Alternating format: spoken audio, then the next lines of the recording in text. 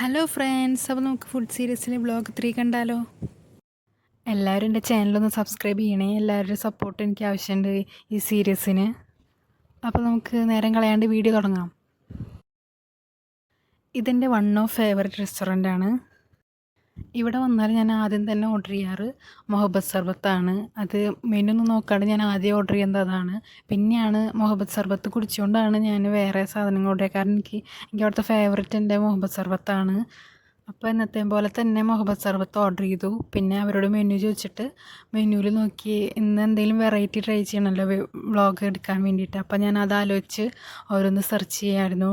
അങ്ങനെ budget friendly ആയിട്ട് എന്ത് കഴിക്കാമെന്ന് ആലോചിച്ചിരുന്നപ്പോഴായിരുന്നു അവിടെ ചിക്കൻ കീമ പൊറോട്ട റോൾ എന്ന് പറഞ്ഞൊരു ഡിഷ് ഉണ്ട്. അതിന് 40 റുപ്പീസാണ്. അപ്പോൾ ഞാൻ അത് ഓർഡർ ചെയ്യാൻ വിചാരിച്ചു. അപ്പോൾ ഈ മൊഹബത്ത് സർബത്തിന് 40 റുപ്പീസ്. അപ്പോൾ ഒരു 80 റുപ്പീസിന് നമുക്ക് ഒരു ഈവനിങ് ക്രേവിങ്സൊക്കെ മാറ്റാൻ പറ്റിയ ഒരു ഐറ്റംസാണ് ഇത് രണ്ടെണ്ണവും.